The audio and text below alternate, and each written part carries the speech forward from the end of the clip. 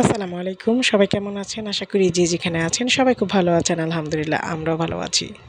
বন্ধুত্বের আড়ালে যারা বিশ্বাসঘাতকতা করে তারা শত্রুর চেয়েও বেশি বিপজ্জনক। এই কথাটা কেন বলে জানেন? সবসময় মিলিয়ে দেখবেন, আপনি যদি আপনার একটা ফ্রেন্ডকে আরেকটা ফ্রেন্ডের সাথে পরিচিত করিয়ে দেন, সেই ফ্রেন্ড আপনার অকপটে আপনার নামে এতটা পরিমাণ দুর্নাম করবে, এখন পরে গিয়ে দেখবেন যে আপনার ফ্রেন্ড আর আপনার নাই। সে আপনার ফ্রেন্ডকে দখল করে নিয়েছে। এটা কিন্তু বেশ কি বলবো, ছোটলোকি একটা ব্যাপার।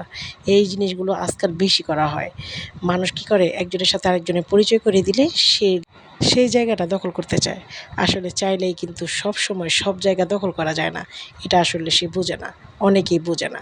তারা এতটাই বোকা, বোকার রাজ্যে বাস করে যে যা বলার মতো না।